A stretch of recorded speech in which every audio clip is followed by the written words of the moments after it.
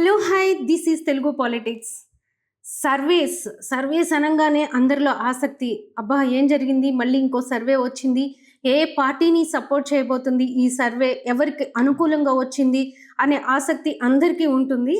అయితే ఈరోజు the political edge అనేది ఒక సర్వే ఇచ్చారు. వీళ్ళు పోస్ట్ పోల్ అనాలిసిస్ చేశారు అని చెప్తున్నారు. అంటే ఇంకా అఫీషియల్గా సర్వేస్ ఇవ్వడానికి 2వ తేదీ నుంచి ఇవ్వచ్చు, 4 వరకు, 4 రిజల్ట్ కాబట్టి. సో అప్పటి వరకు అంటే సర్వేస్ ఇస్తూ ఉంటారు.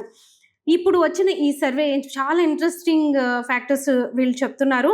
అందులో మనం ముఖ్యంగా అయితే ఫస్ట్ అయితే మనం ఏ ఏ అంటే వీళ్ళకి అసలు కంప్లీట్‌గా ఏ పార్టీ అధికారంలో రాబోతుంది, ఏ పార్టీ రేపు ప్రమాణ స్వీకారాలు చేయబోతుంది, ఎవరు ముఖ్యమంత్రిగా ప్రమాణ స్వీకారం చేస్తున్నారు, అధికారంలోకి వచ్చేది ఎవరు, ఎవరికి ఎన్ని సీట్లు రాబోతున్నాయి, వస్తే ఏ ప్రాంతం నుంచి ఎవరికి ఎన్ని సీట్లు రాబోతుంది అనేది ఈ పొలిటికల్ ఎడ్జ్ సర్వే చెప్పింది. అఫ్కోర్స్ అది జిల్లాల వారీగా అంత క్షుణ్ణంగా అయితే ఈ సర్వే ఇవ్వలేదు. బహుశా వాళ్ళు కూడా 2వ తేదీకి అలా సర్వే కంప్లీట్‌గా ఇచ్చే అవకాశాలు ఉన్నాయి.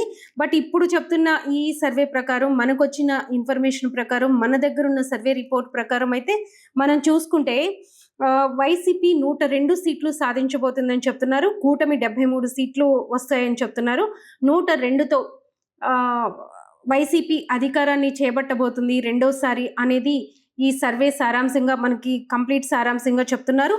అయితే ఇక్కడ వీళ్ళు ఉత్తరాంధ్ర, ఉభయ గోదావరి జిల్లాలు, అలానే కోస్టల్ ఆంధ్ర, గ్రేటర్ రాయలసీమ అని చెప్పేసి ఇలా 4 ప్రాంతాలుగా డివైడ్ చేసి వీళ్ళు సర్వేని ఇచ్చారు.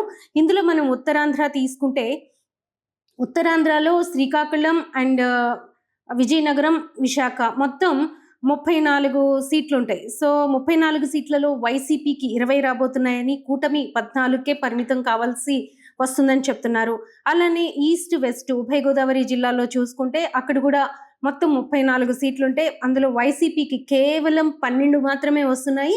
కూటమి 22 సాధించబోతుంది.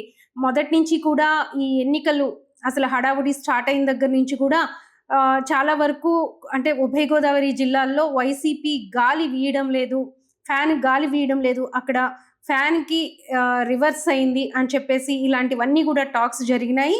బట్ అసలు అంటే ఇంకొకటి కూడా అనేవాళ్ళు, ఉభయ గోదావరి జిల్లాల్లో గోదావరి జిల్లాల్లో ఏ పార్టీకి అయితే మెజారిటీ వస్తుందో ఆ పార్టీనే అధికారం చేపట్టబోతుందని అంటారు.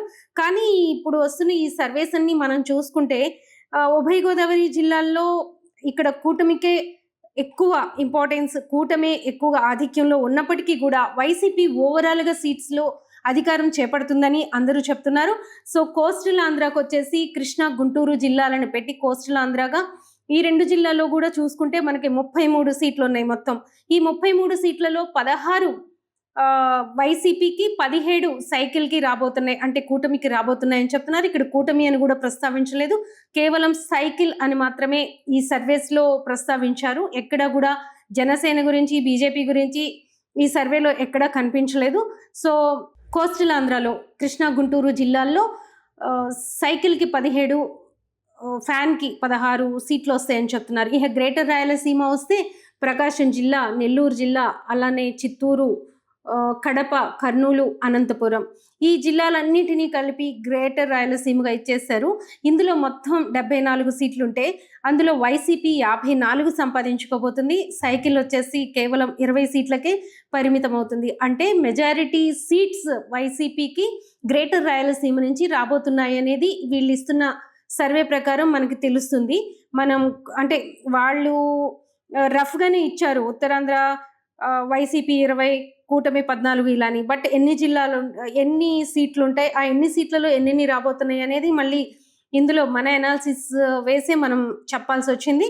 సో ఈ రకంగా చూసుకుంటే గ్రేటర్ రాయలసీమలో 74లో 54 అంటే మేజర్గా వైసీపీ సంపాదించుకోబోతున్న సీట్ల 54 కూడా గ్రేటర్ రాయలసీమ నుంచే వస్తున్నాయని చెప్పుకోవచ్చు. ఇక ఉత్తరాంధ్ర తీసుకుంటే 34లో 20 సీట్లు వైసీపీకే ఉన్నాయి కాబట్టి ఈ 54, 20 కాబట్టి 74 సీట్లు ఇక్కడే వైసీపీకి మెజారిటీ వచ్చిందని చెప్పుకోవచ్చు. ఇక ఈ 12 ఏది గోదావరి జిల్లాల్లో 12, కోస్టల్లో 16 కలుపుకుంటే 102 సీట్లతో వైసీపీ అధికారంలో రాబోతుందని చెప్పేసి ఈ రిపోర్ట్ చెప్తున్నారు. అయితే ఇక్కడ వీళ్ళు ఇంకొక చాలా ఇంట్రెస్టింగ్ ఫ్యాక్టర్ ఒకటి చెప్పారు. అంటే షర్మిల గురించి ప్రధానంగా ఈ సర్వేలో ప్రస్తావించడం జరిగింది.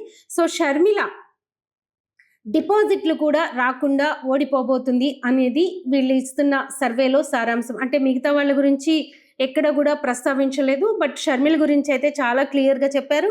ఏదైతే ఆమె అజెండాగా ఎన్నుకుందో వివేక హత్య కేసుకు సంబంధించి వాళ్ళ అన్నల్ని బ్లేమ్ చేయడానికి, అన్నని అలానే తమ్ముడు అవినాష్ని కూడా బ్లేమ్ చేయడానికి ఆవిడ ప్రయత్నించి దాన్ని అజెండాగా తీసుకోవడం మిస్ఫైర్ అయింది, అది రివర్స్ ఫైర్ అయిందని చెప్పేసి కూడా ఈ సర్వేలో పేర్కొన్నారు. అలానే అవినాష్ రెడ్డి హైయెస్ట్ మెజారిటీతో పార్లమెంట్ నియోజకవర్గంలో కడప పార్లమెంట్లో 2వ హైయెస్ట్ మెజారిటీ సాధించబోతున్నాడు అని చెప్తున్నారు. అయితే ఫస్ట్ హైయెస్ట్ మెజారిటీ వచ్చేసి అరకు సెగ్మెంట్కి వస్తుందని చెప్పారు, పార్లమెంట్ సెగ్మెంట్కి.